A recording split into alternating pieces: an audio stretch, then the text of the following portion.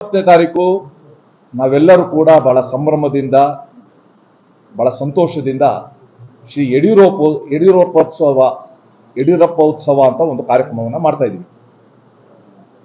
ಸನ್ಮಾನ್ಯ ಯಡಿಯೂರಪ್ಪನವರು ನಾನು ಅವ್ರನ್ನ 78-79ನೇ ಇಸ್ವಿಯಿಂದ ನೋಡ್ಕೊಂಡು ಬೆಳೆದಿರೋರು. ಅವರು ಶಿಕಾರಿಪುರದ ಮುನ್ಸಿಪಲ್ ಮೆಂಬರ್ ಆಗಿದ್ದಾಗ ಮತ್ತೆ ಕರ್ನಾಟಕದ ವಿಧಾನಸಭೆಯಲ್ಲಿ ಏಕೈಕ ಬಿಜೆಪಿ ಶಾಸಕರಾಗಿದ್ದಾಗ ಅವರು ಮಾಡಿದ ಹೋರಾಟನೆಲ್ಲ ನೋಡಿ ಅದರಿಂದ ಸ್ಫೂರ್ತಿ ತಗೊಂಡು ಬೆಳೆದವರು. ಯಡಿಯೂರಪ್ಪನವರು ರಾಜ್ಯ ಬಿಜೆಪಿ ಮೊದಲನೇ ಬಾರಿ ಅಧ್ಯಕ್ಷ ಆದಾಗ ನಾನು ಬೆಂಗಳೂರು ನಗರದ ಬಿಜೆಪಿ ಅಧ್ಯಕ್ಷ ಆಗಿದ್ದೆ. ಅವರ ಅನೇಕ ರೈತ ಪರ ಹೋರಾಟಗಳು, ಪಾದಯಾತ್ರೆಗಳು, ಜಾಥಾಗಳು, ರ್ಯಾಲಿಗಳು ಎಲ್ಲದರ ಕೂಡ ನಾನು ಭಾಗವಹಿಸಿದ್ದೀನಿ. ಅಂತ ಒಬ್ಬ ಧೀಮಂತ ನಾಯಕ. ಮತ್ತೆ ಮೊದಲನೇ ಬಾರಿ ಇವತ್ತೇ ನಾವು ಬೇಟಿ ಬಚಾವೋ ಬೇಟಿ ಪಡಾವೋ ಅಂತ ಹೇಳ್ತೀವಿ, ಅದನ್ನು ಮೊದಲು ಯೋಚನೆ ಮಾಡಿ ಭಾಗ್ಯಲಕ್ಷ್ಮಿ ಅಂತ ಒಂದು ಯೋಜನೆ ತಂದ ಧೀಮಂತ ನಾಯಕ.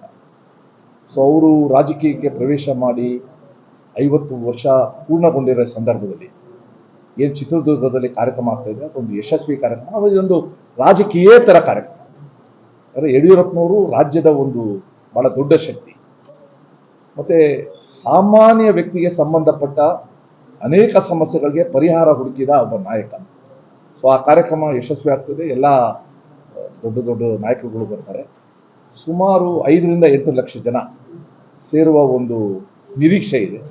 ಆ ಕಾರ್ಯಕ್ರಮಕ್ಕೆ ಇಡೀ ರಾಜ್ಯದಿಂದ ಎಲ್ಲ ಜಿಲ್ಲೆಗಳಿಂದ ಅಸಂಖ್ಯಾತ ಜನ ಬರ್ತಾ ಇದ್ದಾರೆ. ಇದೊಂದು ರಾಜಕೀಯ ಕ್ಷೇತ್ರದಲ್ಲಿ ಯಾರ್ಯಾರು ಸಕ್ರಿಯವಾಗಿ ಕಾರ್ಯ ಮಾಡ್ತಾ ಇದ್ದಾರೆ ಅವ್ರಿಗೆಲ್ಲ ಮತ್ತೊಮ್ಮೆ ಪ್ರೇರಣೆ ಕೊಡುವಂತ ಕಾರ್ಯಕ್ರಮ. ಸದಾ ನಮ್ಮ ಮಾರ್ಗದರ್ಶನ.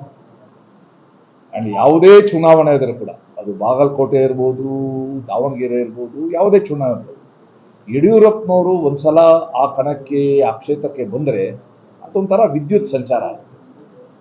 ಮತ್ತೆ ಬಹಳ ಹಳೆಯದೊಂದು ಘೋಷಣೆ ನಾಲ್ಕು ಬರ್ತದೆ. ಅವರೊಬ್ಬರೇ ಶಾಸಕರಾಗಿದ್ದಾರೆ. ಯಡಿಯೂರಪ್ಪ ಗುಡುಗಿದರೆ ವಿಧಾನಸೌಧ ನಡುಗುವುದು. ಅದೇ ಶಕ್ತಿ, ಅದೇ ಧ್ವನಿ, ಅದೇ ಒಂದು ಲವಲವಿಕೆ ಇವತ್ತು ಕೂಡ ಉಳಿದಿದೆ ನಮಗೆ ಮಾರ್ಗದರ್ಶನ.